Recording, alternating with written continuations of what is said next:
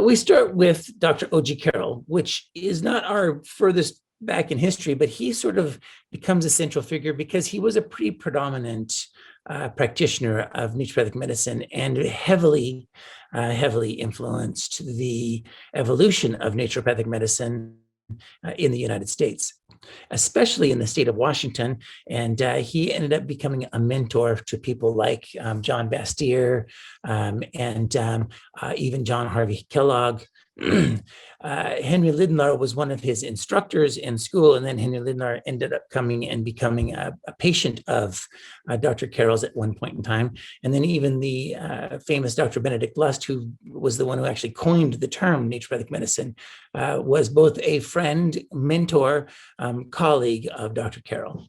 When Thompson dies in 1843, his movement, and this is true of religious movements also, right? Like when the leader of the movement is alive, things truck along and they do what they do. But when that guy or lady or whoever it is dies, now things get to take on a life of their own. And this is kind of what exactly happened with Thomsonian herbalism, is that the Thomsonians wanted to preserve the economics of this idea, the multi-level marketing, selling this idea to families.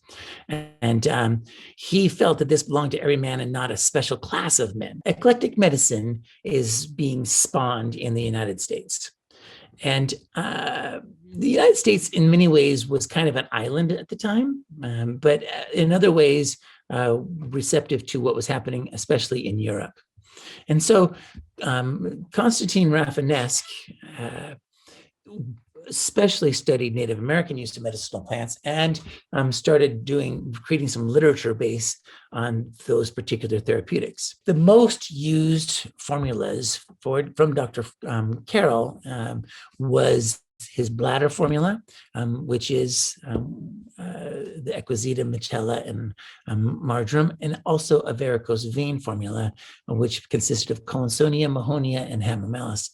There are some very specific differences between botanical medicine and conventional medicine that are sort of continued side project, or yes, you could say, or a byproduct of a lot of O.G. Carroll's work and a lot of the disputes and the controversies that were happening during his lifetime.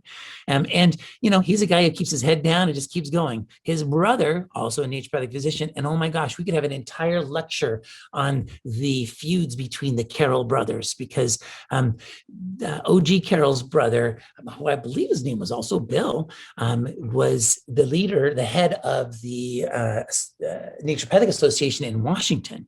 And his goal was to get better numbers of people involved. And O.G. Carroll's issue was he was not being selective enough. And so they went back and forth through their whole lives.